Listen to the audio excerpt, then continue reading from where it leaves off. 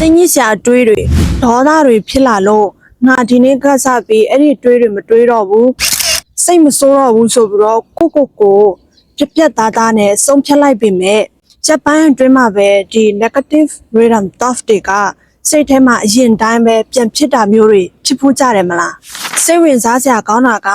အဲ့ဒီအတွေးတွေပို့ပြီးတော့နှိမ်နှင်းလေးပို့ပြီးတော့ထူထပ်လေးပဲမလား။ဘာကြောင့်အဲ့လိုဖြစ်ရလဲဆိုတာကိုအလင်ကာကဒီနေ့ပုံပြင်လေးတစ်ပုံးနဲ့အတူမျှဝေပေးသွားပါမယ်ရှင်။အားလုံးပဲမင်္ဂလာပါ။ Full Perspective Channel ကနေပြန်လည်ကြိုဆိုလိုက်ပါတယ်ရှင်။အခါကဆရာကြီးတယောက်ကသူ့ရဲ့တပည့်တွေကိုခေါ်ပြီးလေးလိုက်ခီးထွက်ခဲ့ကြတယ်။လမ်းတစ်ခုရောက်တဲ့အခါမှာ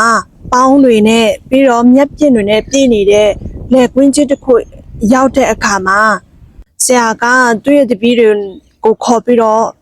ထိုင်လိုက်ကြတယ်အဲ့ဒီအခါမှာဆရာကမေးခွန်းတစ်ခုမေးလိုက်တယ်။ဘာမေးလိုက်တာလဲဆိုတော့ကဲတပည့်တော့ဒီကွင်းပြင်ထဲကရှိတဲ့ပေါင်းမြက်တွေပေါင်းပြင်တွေကိုဘယ်လိုနည်းနဲ့ဖြည့်ချင်းကြမလဲပေါ့နော်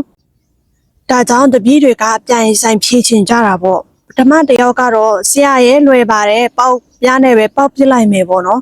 ။ပြီးတော့ဒုတိယတစ်ယောက်ကတော့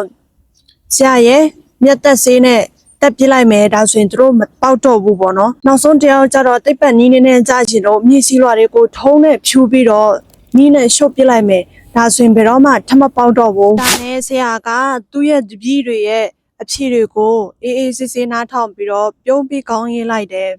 ဒါဆိုရင်မင်းတို့သိတဲ့နီးရတိုင်းဒီကွင်းပြင်ကြီးကိုရှင်းပြကြပေါ့နော်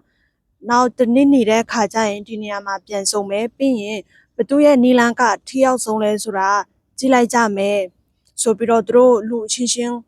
လူစုခွဲလိုက်ကြတယ်ပေါ့နော်ဆရာနဲ့တပည့်နဲ့အဲ့ဒီလိုနဲ့တနည်းပြေးလို့အဲ့ဒီနေရာကိုတပည့်တွေအတူပြန်လောက်ရတဲ့အခါမှာတော့တပည့်တွေလှုပ်တဲ့နီးတွေအတိုင်းအကုန်လုံးနေရာတိုင်းကပေါင်းမြက်တွေပေါင်းပြင်တွေပြည့်နေခဲ့တယ်ပေါ့နော်ဒါပေမဲ့တခုရှိတာကဆရာ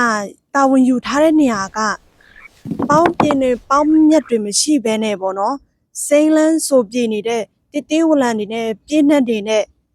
နေရဖြစ်နေတာကိုတပည့်တွေကတွေးလိုက်တဲ့အခါမှာကျတော့သူတို့ကအကုန်လုံးအံ့ဩသွားကြတယ်ပေါ့နော်ဒီနေရာမှာအဲ့ဒီဆရာပေးချင်တဲ့သင်ခန်းစာကဘာလဲဆိုတော့ပေါင်းမြက်တွေကိုတကယ်အမြင့်ပြတ်ချင်ရင်နေရလွတ်မကြံရအောင်အဲ့ဒီနေရာကိုတခြားအပင်ကိုအစားထိုးလိုက်တာပါပဲတဲ့လေဒါကြောင့်ဒီပုံပြန်ကနေပြီးတော့ကျမတို့ရဲ့စိတ်ဝိညာဉ်ဆိုတာမြေကွက်လက်တစ်ခုလိုပါပဲဘာမှမဆိုင်ဘဲနဲ့ပြစ်ထားရင်ပေါင်းမြဲဆိုတဲ့ negative အတွေးတွေမကောင်းတဲ့အတွေးတွေဝင်လာမှာပဲလေဒါသဘာဝတရားပဲမဟုတ်လားဒါကိုကျမတို့ကိုယ်တိုင်စိုက်ပျိုးခဲ့တဲ့အရာမလို့ကျမတို့ပဲပြန်ရိတ်သိမ်းရပါမယ်ဒါဆိုရင်ကျမတို့စိတ်ထဲမှာပေါင်းမြဲဆိုတဲ့အရာတွေပြည့်လာပြီဆိုရင်ကျမတို့ဘာဖြစ်လာမလဲကိစ္စတေးမမလေးကအစစိတ်တိုးလွယ်မယ်ဒေါသထွက်လာမယ်ပြီးရင်ကြောင်းလန့်မယ်ပြီးရင်နောက်တစ်ခုရှိတာကသူတစ်ပါးကောင်းစားရင်မနာလို့ဖြစ်မယ်ဒါတွေဟာငါစိတ်မတူတော့ဘူးငါမနာလို့တော့ဘူးဆိုပြီးတော့ကိုပိတ်ပင်နေုံနဲ့နှိမ်နှင်းနေုံနဲ့ဘယ်တော့မှပျောက်မသွားပါဘူးကောင်းတဲ့အတွေးတွေကိုဖယ်ချင်ရင်ကောင်းတဲ့အတွေးတွေကိုအစားထိုးပစ်လိုက်ရုံပါပဲဒါကြောင့်စာရေးဆရာကကျမတို့ရဲ့စိတ်မြေစီလွာထဲမှာအမြဲတမ်းစိုက်ပျိုးရမယ့်မျိုးစေ့လေးမျိုးကိုသူကညွှန်းပြထားပါတယ်ပထမတစ်မျိုးကပါလဲဆိုတော့ကျင်နာခြင်းဒုတိယကျတော့ချစ်ချင်းမေတ္တာတတိယကျတော့ခွင့်လွှတ်ခြင်းနောက်ဆုံးအနေနဲ့ကတော့ယိုသားခြင်းပေါ့နော်တကယ်လို့ကျမတို့ဘဝမှာနေ့စဉ်ရိုးသားနဲ့ဖြတ်တန်းနေမယ်ကျမတို့ရဲ့စိတ်ရင်းအမှန်နဲ့ဖြတ်တန်းနေမယ်ဆိုရင်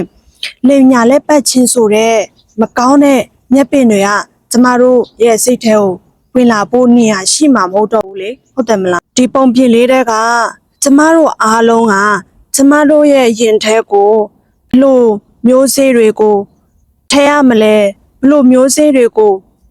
ကျဲထားရမလဲစိုက်ဖြိုးထားရမလဲဆိုတာကိုကျမတို့ပေါ်မှာပဲမူတည်ပါတယ်နားဆင်ပေးတဲ့အတွက်အားလုံးကိုကျေးဇူးတင်ပါတယ်ရှင်ဒီဗီဒီယိုကနေဘိုးတွတ်တခုခုရသွားမယ်ဆိုရင်လည်း like and share လေးလုပ်ပေးပါဦးပြီးတော့လည်းခေါင်းလုံးလေးကိုလည်းနှိပ်ဖို့မမေ့ပါနဲ့နော်နောက်ထပ်ဗီဒီယိုမှာပြန်တွေ့ပါမယ်ရှင်ဘိုင်ဘိုင်